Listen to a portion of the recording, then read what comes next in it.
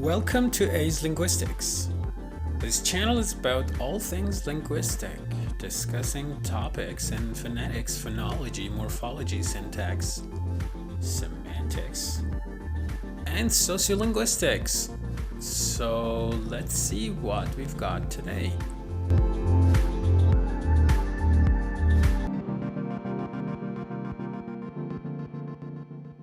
What I want to talk about today is distribution of speech sounds.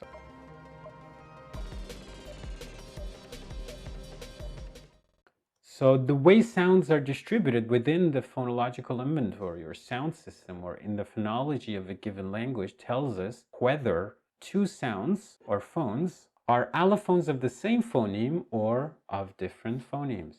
Okay, this is why it is important to know about the distribution. So what do we mean by distribution? So the distribution here refers to the set of phonetic environments in which a phone occurs.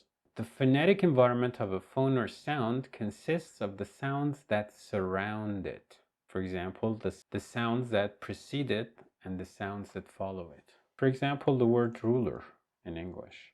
The phonological environment is this one and this one. It is surrounded by these sounds. The sound U that precedes it, the sound A that follows it. Why is it important to take the environment into account? We will see later that the following and preceding sounds can actually influence a particular sound. In the examples we will study in the future, we will see that. This was an example of an environment.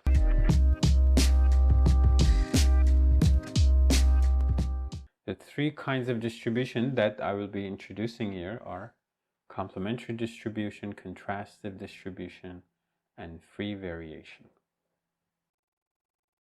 What is contrastive distribution?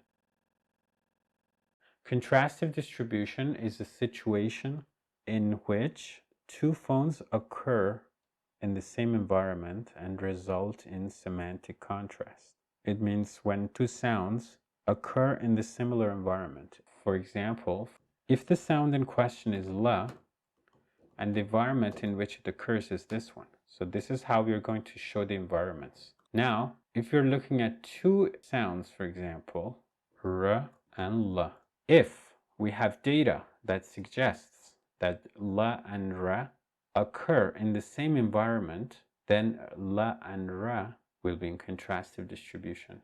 To determine whether contrastive distribution occurs in a given language or a given data set, you need to find two words that have the same number of phones and that differ in one phone in the same position, and they result in a difference in meaning. For example, the words sit and zit, as you see here.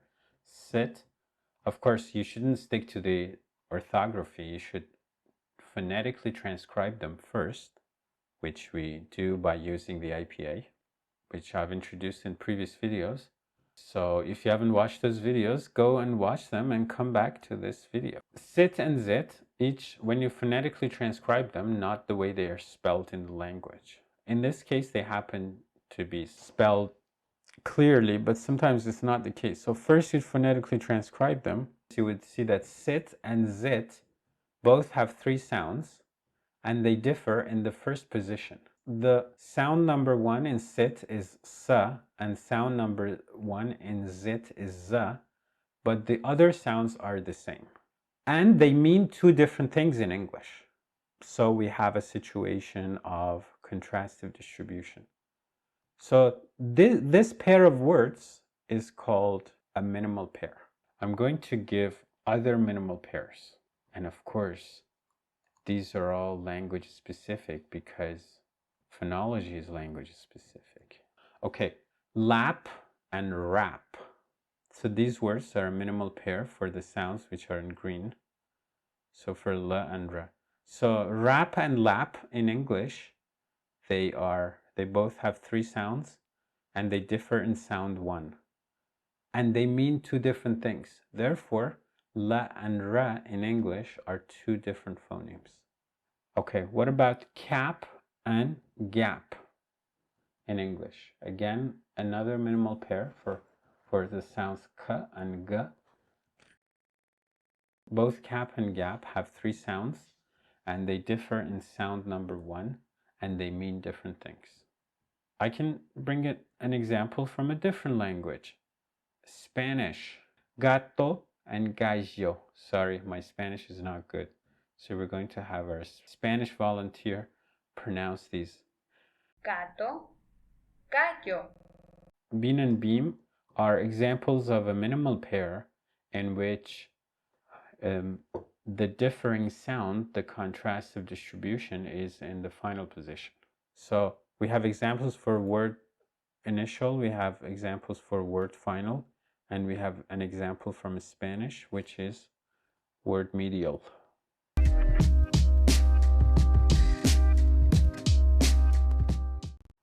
There may be words which have the same number of sounds, the same number of phones, but they differ in different things. So these two words, cab and sick, they have both 3 sounds, but they differ in the first sound, they also differ in the second sound, and they also differ in the third sound. So they're not a minimal pair. And then I have another example of 2 words that are not a minimal pair, and I will show you how. These 2 words are not a minimal pair because sand has 4 sounds, but stand has 5. So this is not a minimal pair.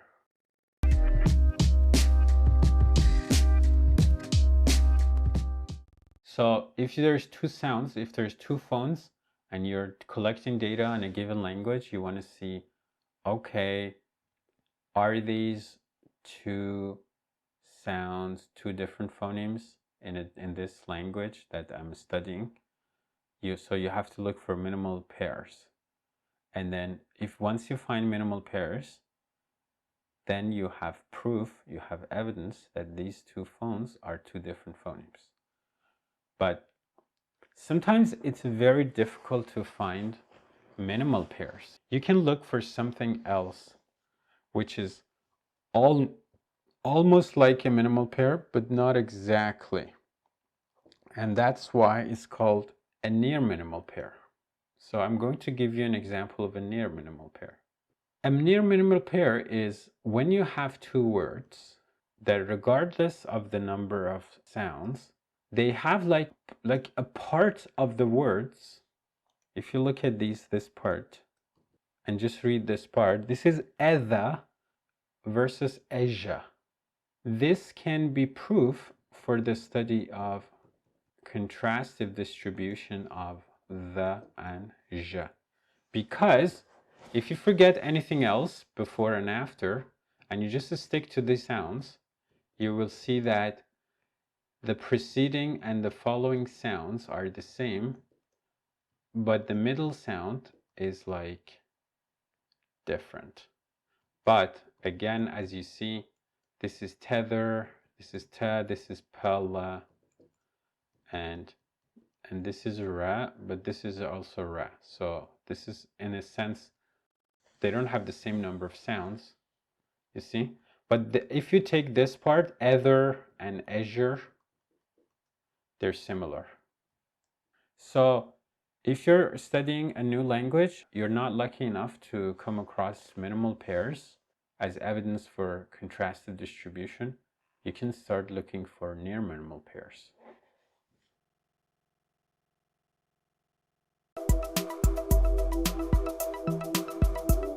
Thanks for your time and attention, and see you again soon.